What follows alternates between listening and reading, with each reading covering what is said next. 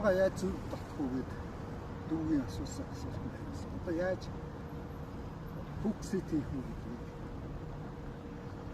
Энэ трот сет болон софтвер стрип сет гэж хоёр янз байна. Сетүүдийг бол болтой овны загсан. Трот сет дата загсчнаа нэг том юм шиг. Том загсан. Стрип сет гэдэг.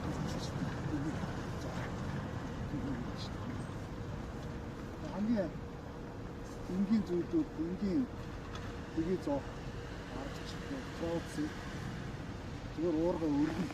Тэгээ лайнууд маш нэрэн комфорттой юм хэмжтэй шугам байдаг. Тэр соор нэгэл хийж.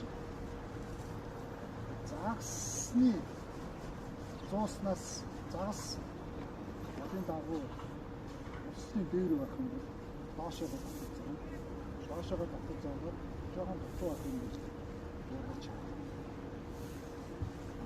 Лайн хэдий их урт нэгэн холоос зуулсан бол ихтэй лайнаа татаад дараад нуургаад гэсэн.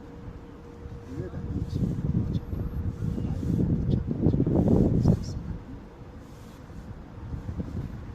Дан загасчдын стрип сет дээр үү.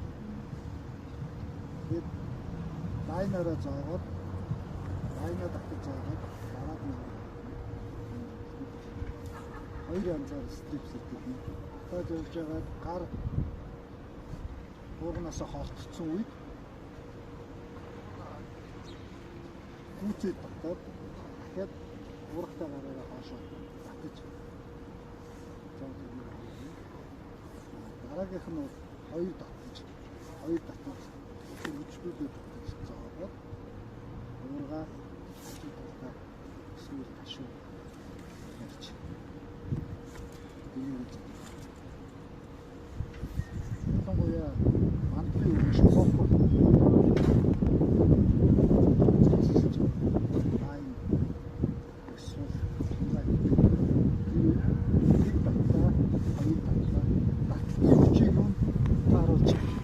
тэр хүчтэй татах хэрэгтэй. Юуны одоо